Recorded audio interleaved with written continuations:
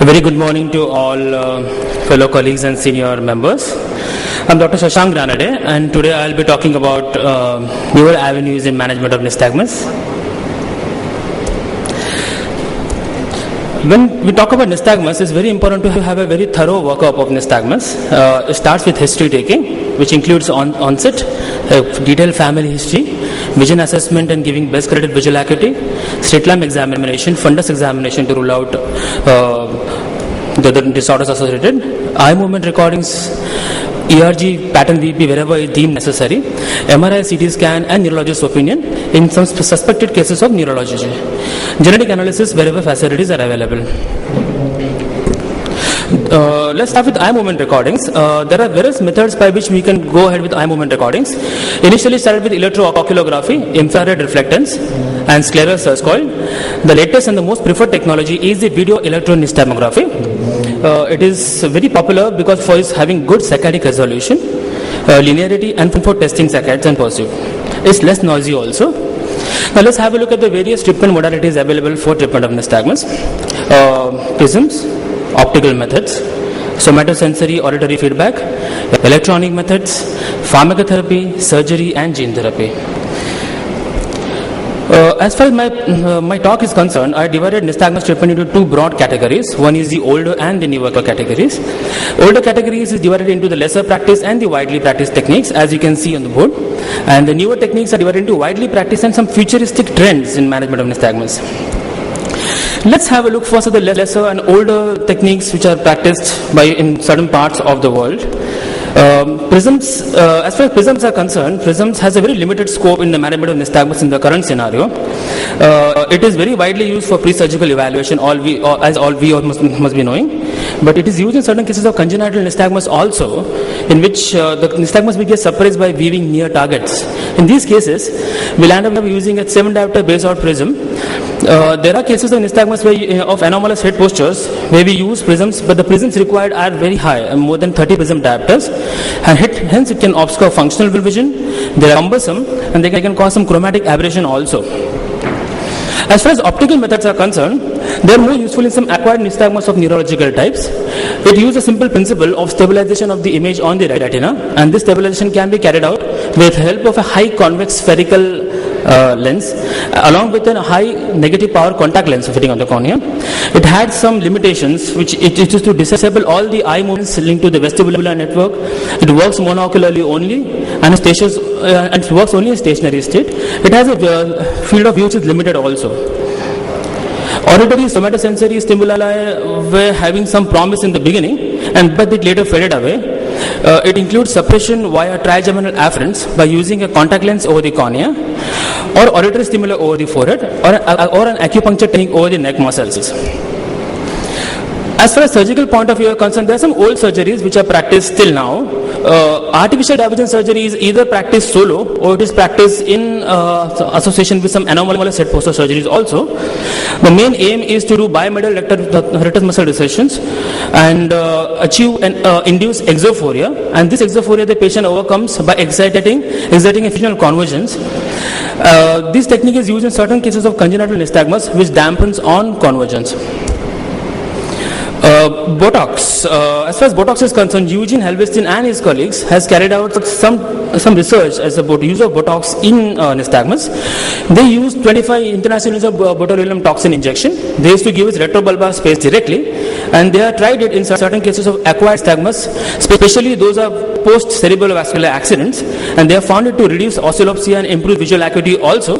But Dr. Eugene Helveston also always used to comment that this technique is more useful for patients who are bedridden and those who are just concerned with reading or doing some bedridden works, that's all. And the effect is found to be short-lived, around 3 to 6 months variable, and the associated side effects include diplopia and ptosis. As far as ptosis is concerned, I have seen Dr. Helveston commenting that ptosis can be prevented if you give a block and make the patient sit upright. In this way, there are not noted ptosis in either of the cases which they used. Now let's have a look at the older and widely practiced techniques in the management of nystagmus. Horizontal rectus muscle recession, as we all are aware of, includes a maximal supramaximal recession of horizontal rectus muscle. It was first devised by Briti Babylonian, which is further popularized by Von Neuden and Helveston. It not only decreases the nystagmus intensity and improves visual acuity, but it also addresses strabismus and head posture issue effectively after thorough surgical planning. As you can see in the study here, which is I'm quoting from Bagheera et al., you can see a visible change in the visual acuity here, almost as high as 2 lines to 3 lines also in some cases. A change in the ocular alignment ranging from 30 isotropia to almost as low as orthotropic arrangement, and head posture changes also has been achieved by them in the cases of horizontal muscle recessions. Resist research procedures, which was first established and developed by Anderson and Kesterman independently, were further popularized by Parks and his colleagues, and which were further modified by Nelson. The surgery not only shifts the eye into null position, it corrects anomalous head posture also along with that, but also improves nystagmus waveforms and it broadens the null zone. As you can see, I'm quoting 2 studies here, one done by Dr. Pradeep Sharma and Dr. Vijaya Lakshmi. You can have a look here. The one study shows that a visible decrease in the waveforms of the nystagmus in all the gazes includes the dextroversion and levoversion. The other study quotes that there is a change in the head posture pre-operatively, post-operatively also, after doing a research procedure. In the current scenario, head posture surgeries include this entire range of surgeries. It starts with Keston-Bourne surgeries for head turn, in which we do a bilateral 5 mm research procedure, an augmented Anderson's procedure, which is done for head turn, which includes York cell research procedure, a classic Parks, which is a very hallmark 5, 6, 7, 8 rule which we follow, an augmented Keston-Bourne or a classic plus technique, which is commonly used for head turns more than 30% diopters. In these cases, we do augmentations of as high as 40 to 60% over the 5, 6, 7, 8 rule. And there are some techniques also available for chin elevation and head tilt. Let's go to pharmacotherapy. Pharmacotherapy is one technique which is not yet discovered in our country, and I would just like to throw some light on that. There is a big range of pharmacotherapeutic drugs available in the current scenario, and the range starts from as high as gabapentin and BACLOFEN, which is a GABA receptor agonist, memantine, which is the NMDA receptor antagonist, 4 aminopyridines, some anti-epileptic drugs like clonazepam, carbamazepine, and sodium valproate. It also includes drops like and tablets like acetazolamide and brinzolamide, and some anticholinesterase also. Let's have a look at the newer widely practiced treatment options in the current scenario. We start with BACLOFEN. BACLOFEN is a very, very promising drug which has been tried past 15 years in management of nystagmus. It is useful in management of acquired pendular nystagmuses, especially posterior fossa tumors and post-multiple sclerosis. The recommended dosage schedule is around 5 mg to 10 mg TDS. You can see a visible changes noted in terms of horizontal pendular nystagmus amplitude, the subjective improvement in the oscillopsia, and even visual acuity improvement as high as 35% times in the cases.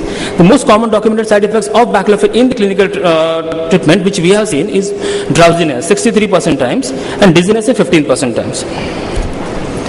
Here is a case report of a 26-year-old male with horizontal diplopia and dizziness. He was further diagnosed to have a right internuclear ophthalmoplegia and upbeat nystagmus. MRI was done and it showed in hyperintense areas in the right midbrain tegmentum, and it was diagnosed to have an inflammatory plaque. EEG and evoked potentials were normal, and the patient was further introduced on 5 mg TDS of BACLOFEN, and as you can see in these reports, there was a visible decrease in the intensity of nystagmus in the primary gaze, right, left, up and down gaze also. This is what the wonder of 5 mg BACLOFEN can do in your cases of nystagmus if you are thoroughly selecting the cases for management.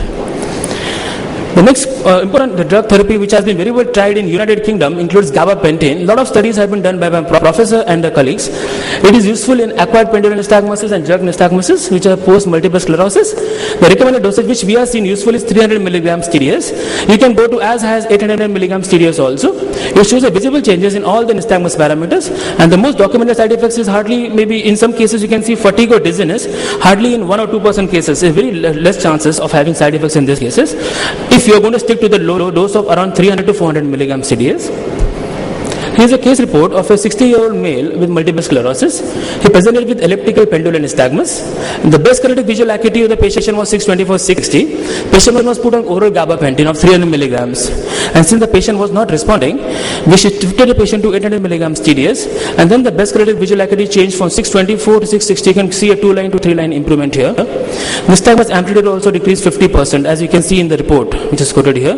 Almost 6 years the patient is there on gabapentin. Patient is not having any side effects and is doing really well with gabapentin. Let's have a look at the newer trends in management of nystagmus. Amongst the newer trends, we have several drugs also available now which are coming up forefront, which includes memantine, and 4 aminopyridines. Memantine holds a lot of promise in congenital idiopathic nystagmus and acquired pendular nystagmuses. We have seen memantine working only even in cases of APN which are refractory to gabapentin, and the dosage which is studied recommended here is around 10 milligrams to 20 milligrams BD. Side effect profile is also very favorable. Dizziness is seen in Indian subjects 7% or maybe headache in 6% cases, and you can see a visible change, very high change as has 70% times in a lot of nystagmus parameters as is documented here. Let's have a look at the dosage schedule which is followed on memantine in treatment of Leicester Royal Infirmary, England, which is one of the pioneer centers for management of nystagmus. When the new cases are started with 10 mg BD for 56 days. If the patient responds, he is shifted to maintenance dosage of 10 mg OD, and the patient is maintained on that. In case if the patient is not responding, if the response is poor, inadequate, we shift the patient to 20 mg BD for 56 days, and if the patient responds, the patient is shifted to maintenance dose. The dose maintained for unresponsive patients is around 10 mg BD, and then the patient can be kept there for almost months to years also, unless and until the patient develops any resistance or any maybe sort of tachyphylactic exposure or maybe any side effects over a period of time. Here is a case report of a 60-year-old male who came with a bit of oscillopsia, ataxia and hyperreflexia of right extremities. The MRI showed plaques. CSF confirmed the same.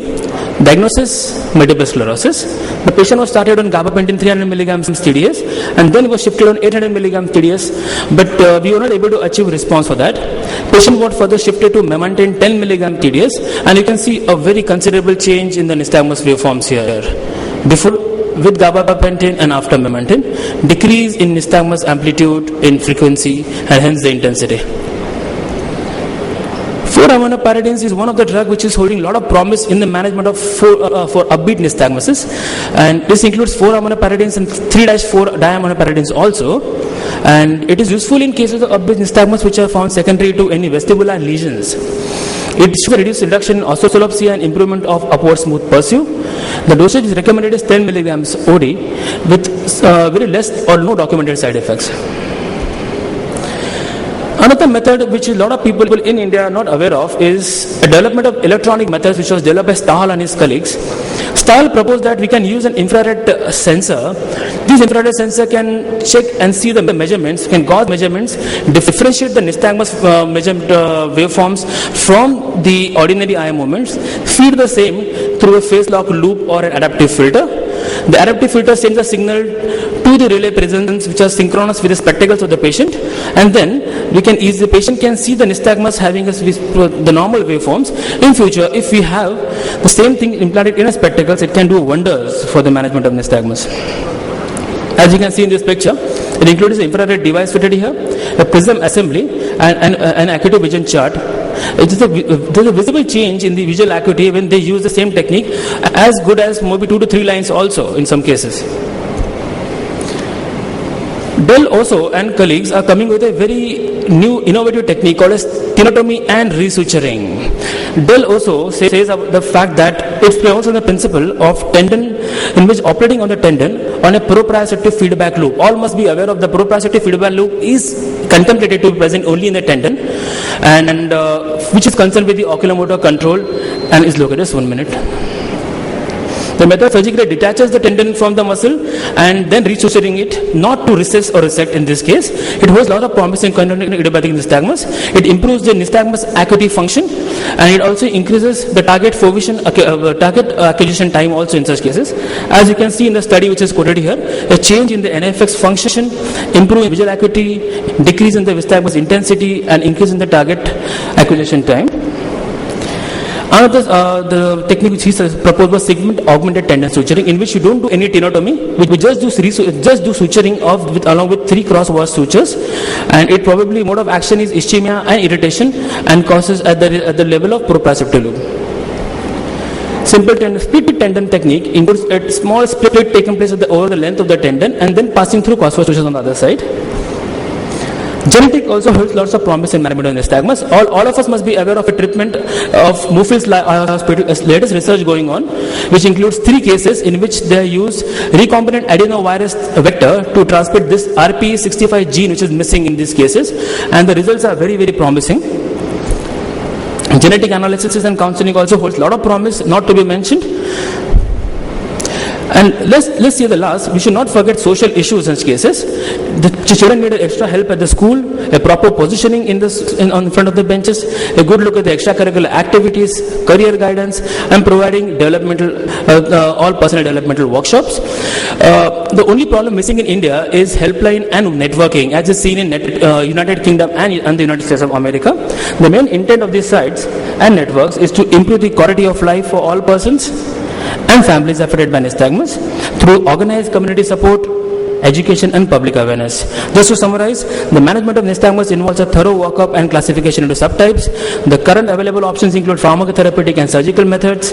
The future lies in the gene therapy, electronic methods and further developments in the current management assessment. Thank you.